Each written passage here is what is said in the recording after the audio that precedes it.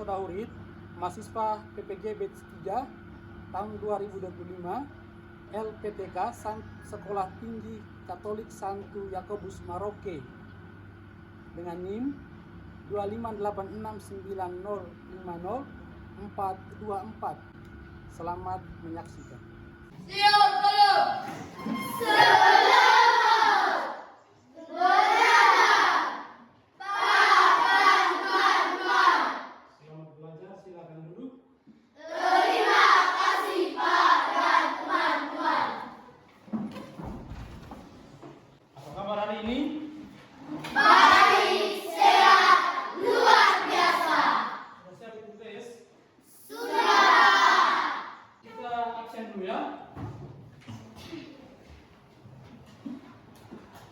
Agustinus Superkoten? Ada, Pak. Kalau dia Rosita Denda Okin? Ada, Pak. Damian Absentio Rumah? Ada, Pak. Dominikus Satu Koten? Oke. Sebelum kita mulai pelajaran kita pada pagi hari ini, mari kita awali dengan doa. Tugas doa hari ini siapa? Saya, Pak. Oke, Bunda, silakan.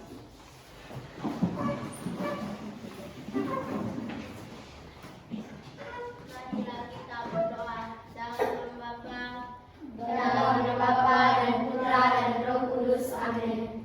Ya Allah Bapa di dalam surga, sebelum mengawali KBM kami mengucapkan terima kasih atas segala yang Engkau berikan kepada kami, dan pada saat ini juga kami memulai KBM kami. Utuslah Roh Kudus-Mu turun atas kami agar KBM kami berjalan dengan lancar. Ya Bapa, akhirnya nama-Mu tetap kami puji, kini dan sepanjang segala masa. Amin. Dalam nama Bapa dan Putra dan Roh Kudus. Amin. Silakan dulu. Hak dan kewajiban sebagai warga negara. Ada tujuan pembelajaran yang kita dapat setelah kita dalami topik hak dan kewajiban sebagai warga negara adalah ini. Coba baca sama-sama. Peserta didik mampu menjelaskan pengertian hak dan kewajiban warga negara. Peserta didik mampu mengidentifikasikan contoh hak dan kewajiban warga negara. Coba amati gambar ini. Ada berapa gambar ini? 4. Empat gambar ya. Ini gambar pertama, ini gambar apa Cika? Seorang ibu yang membayar pajak. Ya, ini seorang ibu ya yang membayar pajak. Lalu gambar yang kedua, Nathan? Orang-orang membersihkan ruangan kelas. Orang-orang kayaknya tuh Siswa. para murid ya. Para murid sedang membersihkan ruangan ke kelas. Nah, siapa itu warga negara? Ada yang tahu? Siapa itu warga negara? Epon? Menurut saya, warga negara adalah seseorang yang tinggal di negara atau daerah dan disahkan oleh pemerintah. Ada yang lain?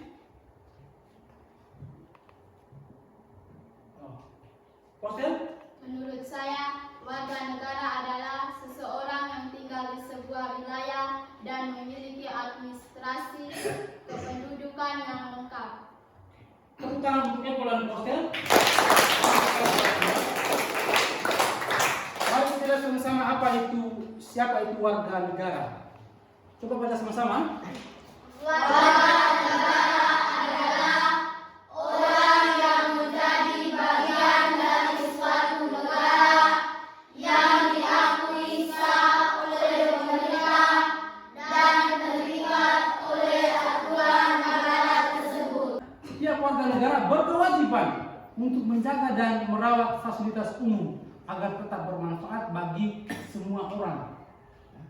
Jadi sikap kita terhadap fasilitas umum yang disiapkan oleh negara adalah menjaga dan merawat fasilitas umum itu. Tidak boleh merusakkan itu. Ya. Misalnya sekolah kita semua warga sekolah berhak, ya, berkewajiban untuk menjaga dan merawat sekolah. tidak boleh merusak, memecahkan derajat, tidak boleh. Ya? Diskusikan dalam kelompok ya. Yang pertama, fasilitas umum apa saja yang kamu temukan dalam kehidupan sehari-hari. Yang kedua, apa saja aktivitas orang-orang di dalamnya. Yang ketiga, apa saja manfaat dari fasilitas umum itu. Tolong dijelaskan. Lalu yang keempat, dari mana biaya pengadaan fasilitas umum dan pelayanan yang ada di dalamnya. Menurut kamu, ya, soal kelompok itu, menurut kamu, diskusikan dalam kelompok. Masing-masing kelompok punya ketua kelompok ya. Nanti sebentar masing-masing ketua kelompok mempresentasikan hasil diskusinya di depan kelas. Ya, oke. Selamat berdiskusi. Satu orang pemimpin ya, dia yang memimpin diskusi kelompok. Nanti orang yang tulis itu yang mempresentasikan hasil diskusi juga.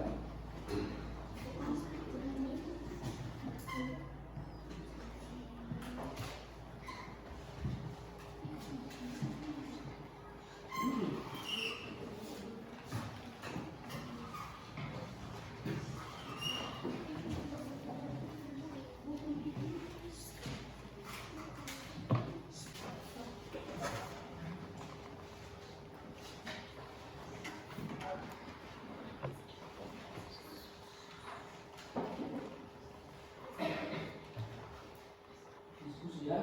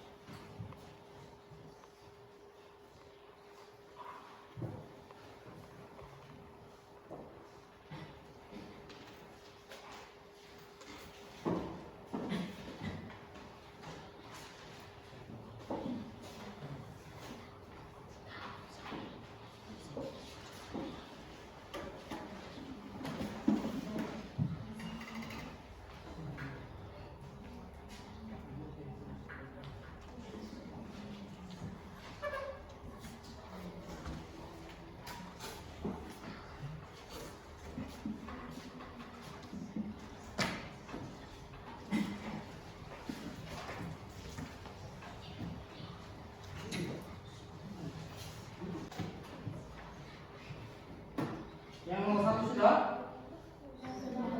Yang nomor dua sudah mana? Oh, yang nomor satu sudah. Kelompok satu, kelompok kedua, kelompok ketiga, kelompok empat. Kelompok empat sudah nomor berapa?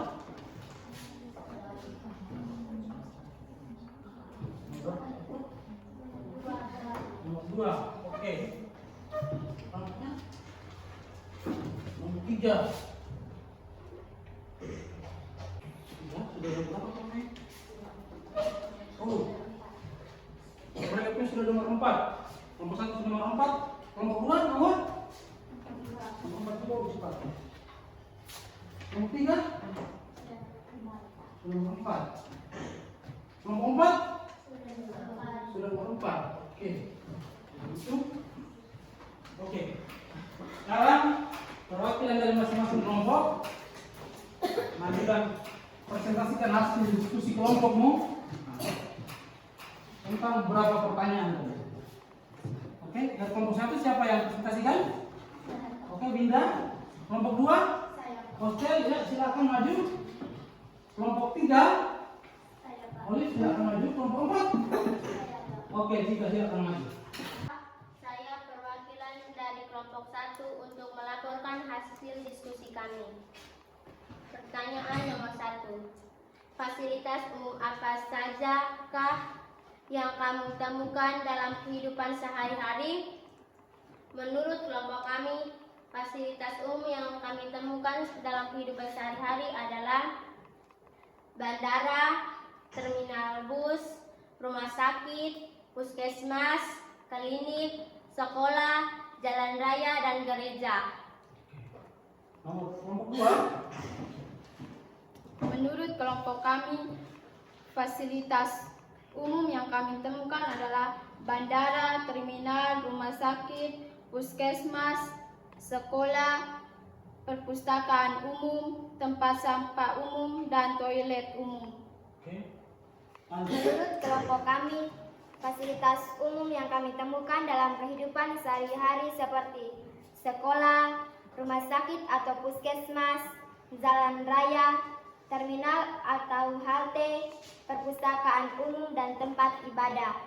Menurut kelompok kami, fasilitas umum yang kami temukan seperti sekolah, rumah sakit atau puskesmas, taman kota, jalan raya dan jembatan, terminal atau halte, perpustakaan umum, tempat ibadah.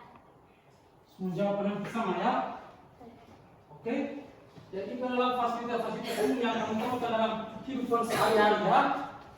Ya. Lanjut nomor 2. Apa saja aktivitas orang-orang di dalamnya? Menurut kelompok kami, aktivitas orang-orang di dalamnya contoh bandara, membeli tiket atau check-in, mengantar atau menjemput penumpang, membawa barang atau kargo, mencari informasi jadwal perjalanan. Contoh rumah sakit, puskesmas atau klinik, berobat atau berkonsultasi kesehatan, melakukan pemeriksaan atau pengobatan, menunggu giliran periksa, mengambil resep obat, dan donor darah.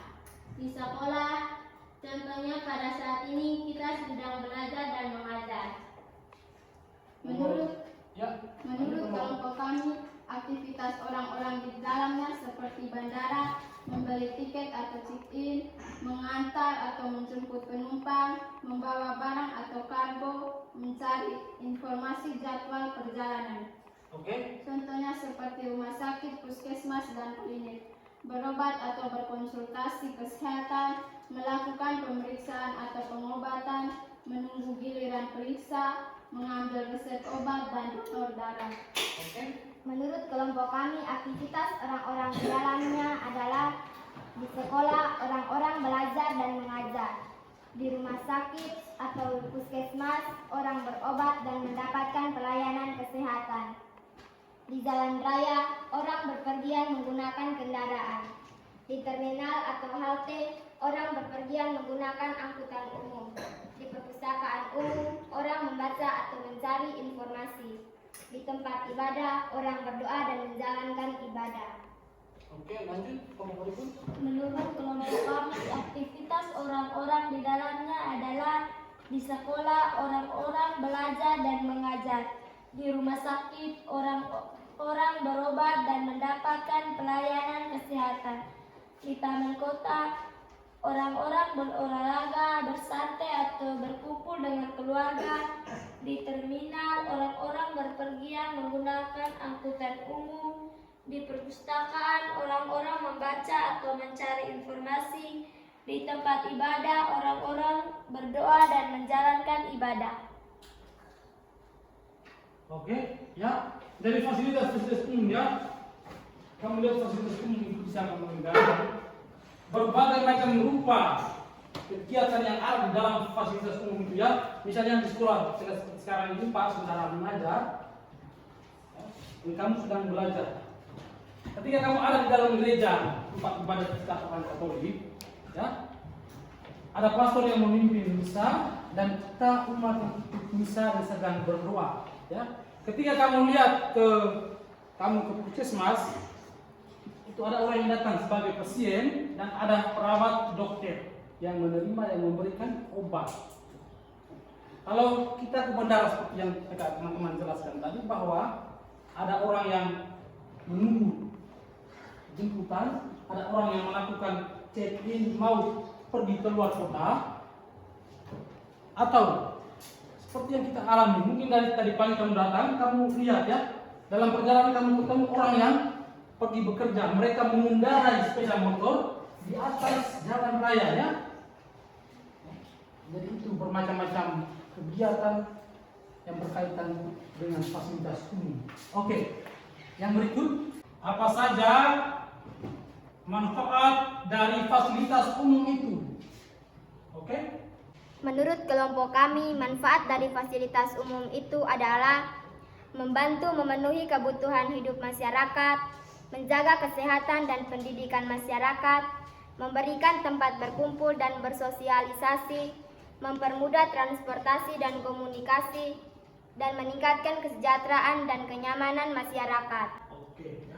Itu manfaat dari fasilitas umum yang disiapkan oleh negara ya. Dan ketika ada jalan, fasilitas umum, misalnya jalan, kita pergi ke ladang duka, kita ke kota, kita tidak dengan susah payah lagi, karena jalan kita sekarang itu sudah hot mix, tidak seperti yang dulu.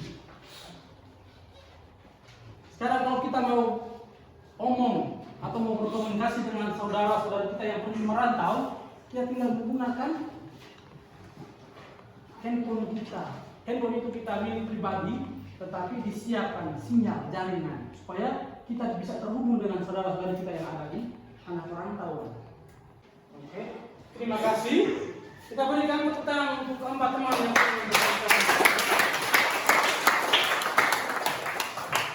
silakan kembali ke tempatmu. Tulisan apa ini, Om? Hak dan kewajiban warga negara. Dua gambar yang menuliskan hak dan kewajiban sebagai warga negara. Ya, ini yang menjelaskan tentang hak. Hak itu hak yang pertama itu pendidikan, hak hidup layak, dan hak memilih dan dipilih. Lalu berkewajiban. Yang kedua itu kewajiban, yaitu kewajiban untuk melaksanakan aturan negara, kewajiban untuk mengikuti pendidikan, dan kewajiban untuk membayar pajak. Kita lihat bersama. Apa hukum yang mengatur tentang hak dan kewajiban sebagai warga negara? Kewajiban sebagai warga negara itu ini yang pertama. Undang-Undang Dasar tahun 1945. Ini kita dengarkan setiap hari Senin ya, pada saat kita apel ya. Ya. Pada saat apel 17 Agustus selalu dibacakan ini, bukan Undang-Undang Dasar. Lalu pada saat apel hari Senin setiap hari Senin itu kita selalu mendengar ini Undang-Undang Dasar Negara Republik Indonesia tahun 1945 ya. Setelah mendengar penjelasan tadi, ada beberapa pertanyaan ya untuk kami. Diskusikan lagi dalam kelompok. Ya. Pertanyaan pertama, apakah fasilitas umum dapat disebut sebagai bentuk perwujudan tujuan kemerdekaan? Mengapa? Lalu apa saja yang menjadi kewajiban negara? Ya. Lalu yang ketiga itu apa kewajiban pelajar terhadap negara? Supaya diskusinya lebih semangat lagi, coba seperti ini.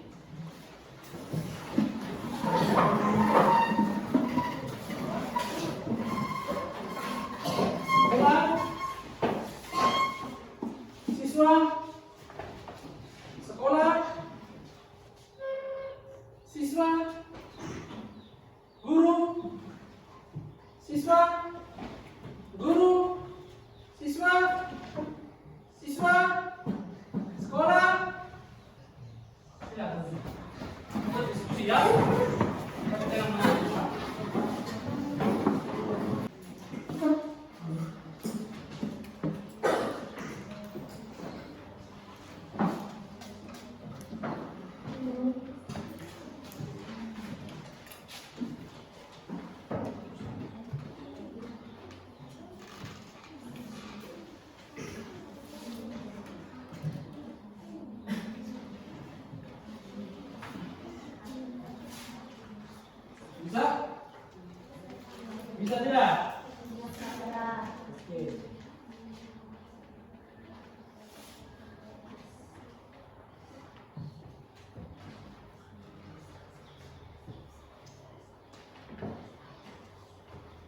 Olive sudah? Sudah, Pak. Apple? Belum. Linda? Sudah, Pak. Hotel?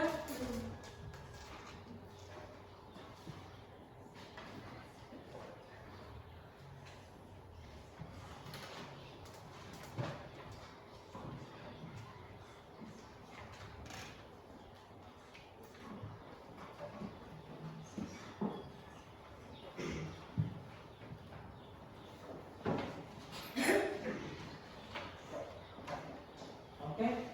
Menurut kelompok kami yang menjadi kewajiban warga negara adalah: 1. Memenuhi hukum dan peraturan, 2. Membayar pajak, 3.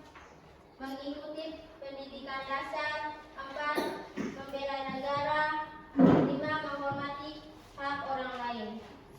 Menurut kelompok kami, yang menjadi kewajiban warga negara pada dasarnya adalah memenuhi, melindungi, dan menjamin hak-hak negara dalam konteks Indonesia sesuai Undang-Undang Dasar 1945. Kewajiban negara meliputi: 1. Melindungi segenap bangsa dan seluruh tumpah darah Indonesia, Pasal 30 ayat 1 dan pembukaan Undang-Undang Dasar 1945. 2. Menjamin kemerdekaan dan hak asasi manusia setiap warga negara. Oke. Kelompok kami yang menjadi kewajiban warga negara adalah menjunjung tinggi hukum dan pemerintahan, membela negara, menghormati hak asasi orang lain, ikut serta dalam usaha pertahanan dan keamanan negara. Menurut kelompok kami, yang menjadi kewajiban warga negara antara lain: membayar pajak dengan retribusi, menjaga lingkungan hidup dan fasilitas umum, menjaga perbedaan dan menjaga persatuan. Oke. Terima kasih. Nomor 3. Apa kewajiban pelajar terhadap negara? Menurut kelompok kami, yang menjadi kewajiban pelajar terhadap negara adalah: 1. Belajar dengan sungguh-sungguh untuk meningkatkan pengetahuan dan keterampilan. Ya. 2. Menjaga nama baik sekolah dan bangsa dengan berperilaku sopan dan santun. Ya. 3. Mematuhi peraturan sekolah, masyarakat, dan negara. Sekian dan terima kasih. Oke, tepuk tangan untuk silakan kembali. Nah, jadi kita lihat lagi di sini. Apa saja kewajiban warga negara? Saya sudah cuma jelaskan kepada teman-teman tadi melalui diskusi umum dibacakan oleh teman-teman tadi bahwa sebagai seorang warga negara kita berkewajiban yang pertama menjunjung tinggi negara kesatuan Republik Indonesia dengan apa? Mentaati segala bentuk hukum peraturan yang berlaku di negara Indonesia. Tujuan negara sebagaimana termaktub dalam Undang-Undang tahun 1945 ialah melindungi segenap bangsa Indonesia dan seluruh tumpah darah Indonesia. Seperti yang dijelaskan teman-teman dari kelompok 3 dalam presentasi tadi ya. Negara berkewajiban ini melindungi bangsa Indonesia dan seluruh tumpah darah Indonesia dan memajukan kesejahteraan umum, mencerdaskan kehidupan bangsa dan ikut melaksanakan ketertiban dunia. Setelah mendalami kehidupan kita setiap hari, pengetahuan pengamatan kami setiap hari, kita masuk ke langkah yang berikut adalah menemukan kehendak Tuhan. Menemukan kehendak Tuhan lewat sabdanya. Kira-kira ini gambar apa ini? Yogi, kira-kira ini gambar apa ini? Gambarnya adalah gambar Timur Tengah yang memegang ikan dan keluarlah koin dari mulut ikan. Iya. Coba buka Alkitab bab Matius bab Injil Matius bab 22 ayat 15 sampai dengan 22. Oleh baca. Kemudian pergilah orang-orang Farisi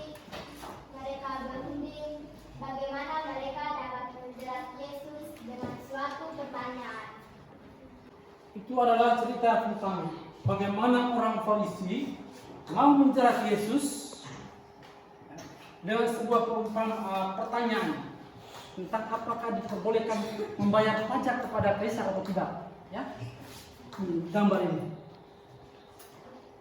Ini Yesus, ini adalah orang-orang Farisi. Pertanyaan untuk kita, apakah Yesus membayar pajak kepada kaisar?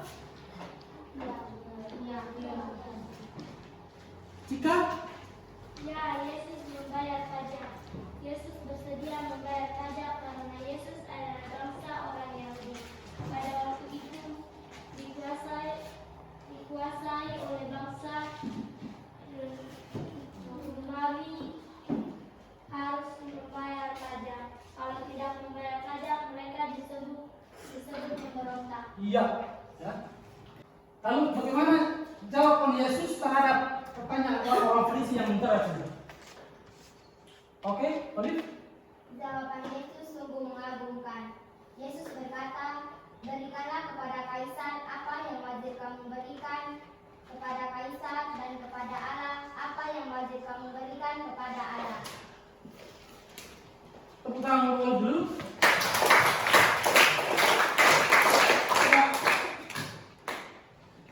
Yesus menjawab, berikan kepada Kaisar apa yang wajib kamu berikan kepada Kaisar, dan kepada Allah apa yang wajib kamu berikan kepada Allah. Tugas rumah, tulis di bukumu, refleksikan apakah selama ini Anda telah menjalankan kewajiban. Refleksikan apakah selama ini Anda telah menjalankan kewajiban Anda, baik di rumah maupun di sekolah. Nanti minggu depan akan kamu presentasikan secara pribadi di depan kelas, ya. Masing-masing orang menulis, ya, refleksinya. Apakah selama ini kamu sudah melakukan kewajiban kamu di rumah maupun di sekolah? Kewajiban kamu di rumah itu apa saja? Kewajiban kamu di sekolah itu apa saja? Kewajiban yang kamu jalankan itu apa saja? Kewajiban yang tidak kamu jalankan itu apa saja?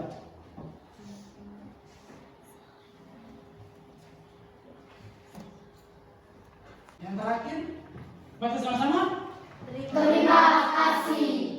Terima kasih karena kamu sudah menuntut hak kamu, dan saya sebagai guru menjalankan kewajiban saya untuk mengajar kamu. Ya, oke. Sekian dan terima kasih. Kita akhiri kegiatan kita ini dengan doa. Marilah kita berdoa. Dalam nama Bapa, Dalam nama Bapa dan Putra dan Roh Kudus. Amin.